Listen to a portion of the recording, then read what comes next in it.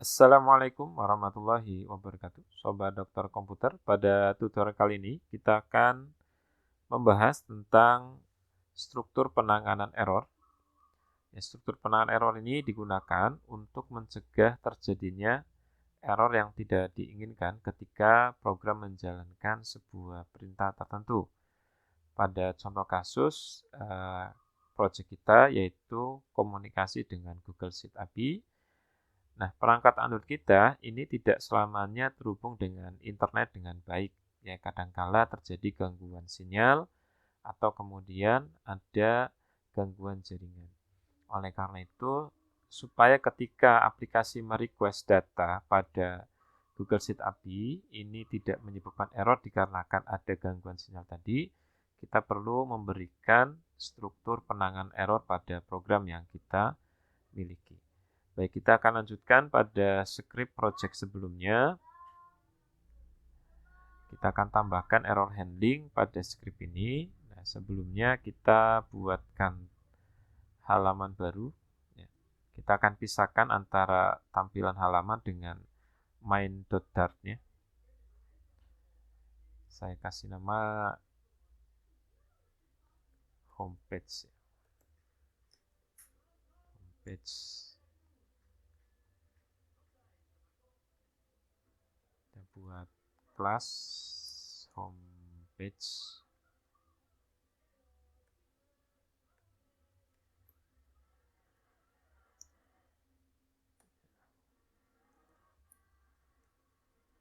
Seperti ini. Dan kita akan mengembalikan value scaffold.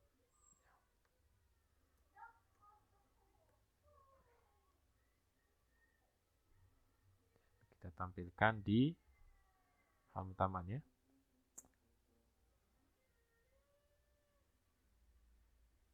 Kita ambil bagian ini. Kita simpan di homepage-nya saja.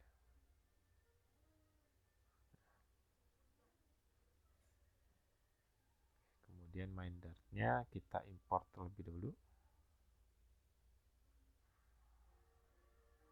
Kita pindahkan ke homepage.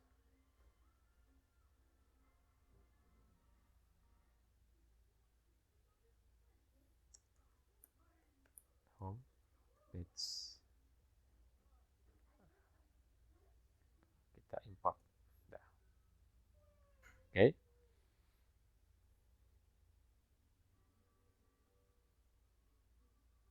Sudah tidak ada problem ya. Baik, kita akan tambahkan error handling pada method init. Ya. Pada method init ini. Jadi skenario-nya, misalnya aplikasi saya tidak terhubung internet, maka bagaimana ketika kita memanggil method init, function ini atau metode ini memberitahukan bahwasanya perangkat kita ini dapat berkomunikasi dengan Google Sheet yang kita miliki atau tidak. Nah, untuk membuat sebuah error handling, kita bisa menggunakan struktur try catch atau juga bisa menggunakan if else ya. Nanti tergantung teman-teman biasanya menggunakan struktur apa. Pada tutorial kali ini kita akan menggunakan try catch. Ya, kita tambahkan try catch. Nah, struktur umumnya seperti ini ya, try, kemudian di sini ada catch. Nah, di dalam catch ini ada parameter e, di mana e ini adalah informasi error ketika script yang kita coba jalankan di dalam struktur try di sini gagal. Nah, kemudian di sini ada informasi error. Nah, script mana yang akan kita coba adalah script ketika kita melakukan request spreadsheet. Di sini kita taruh sini. Jadi coba ambil spreadsheet. Nah, gini. Nah, di sini ada async dan await. Nah, fungsi dari asynchronous ini dan await ini adalah supaya program itu menunggu ya. Jadi program akan menunggu perintah yang dijalankan ketika dia diberikan identifier await di sini. Ya, jadi sebelum menjalankan baris yang kedua, ya, program tidak akan menjalankan baris kedua ini sebelum baris pertama itu selesai dijalankan. Nah, ini fungsi dari async dan juga await. Ya, ini satu paket ya. Jadi kalau kita hendak menggunakan await, async-nya harus dituliskan di sini. Oke. Nah, apa yang hendak kita tampilkan? Misal kita hanya ingin menampilkan di konsol ya, print A. Kita akan menampilkan informasi error ketika request spreadsheet-nya gagal. Seperti ini. Kita simpan dan kemudian di homepage start-nya kita coba panggil metode init-nya, siswa model.init. Nah, seperti ini. Dan saya matikan dulu internetnya.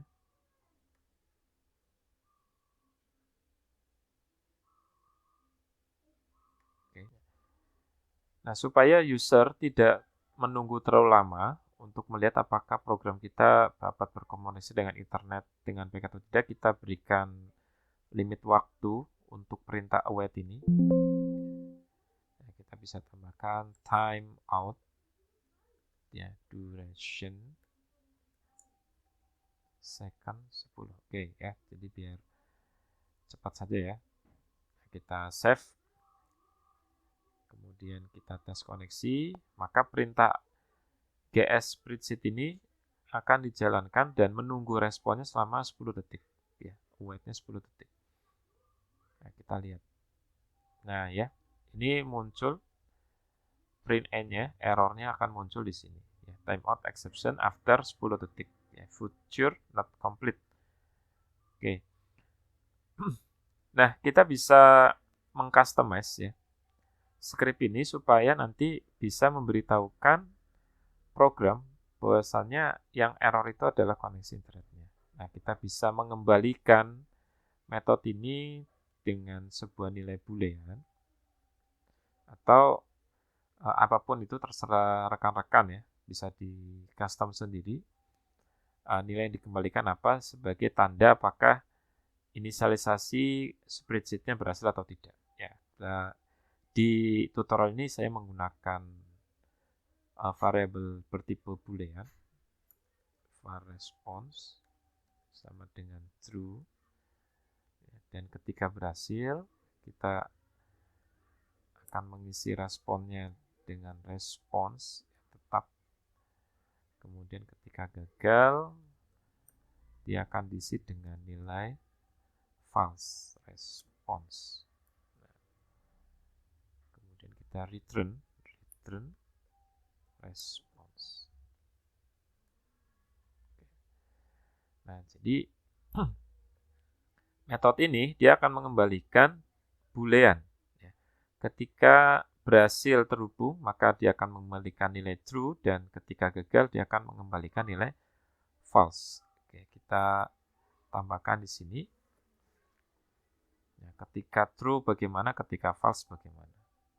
Ya. Kita lakukan pengecekan dengan if await. Kita tunggu sampai proses initnya selesai, nah baru menjalankan perintah. Misal kita tambahkan jika benar var pesan, ya, program akan memberikan pesan.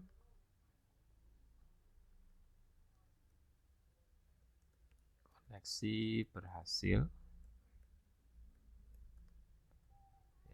Else jika gagal, pesan sama dengan koneksi gagal, dan kita tampilkan pada programnya show dialog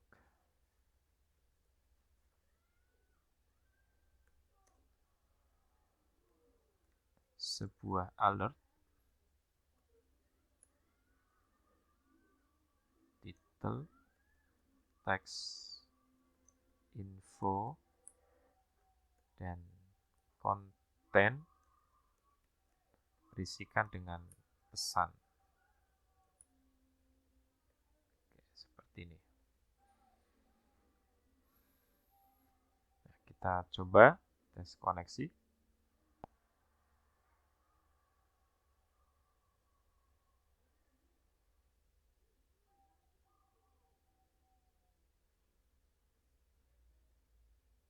Nah, ya.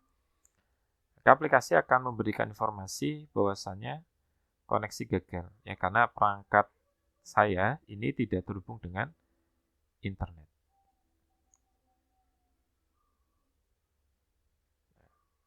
Jadi kalau kita hubungkan internet,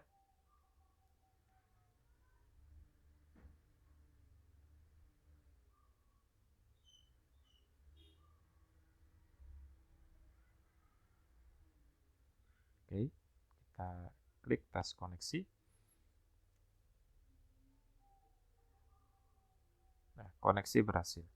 Nah, demikian materi penanganan error pada Flutter. Mudah-mudahan bisa dipahami. Terima kasih. Kita akan lanjutkan pada tutorial selanjutnya.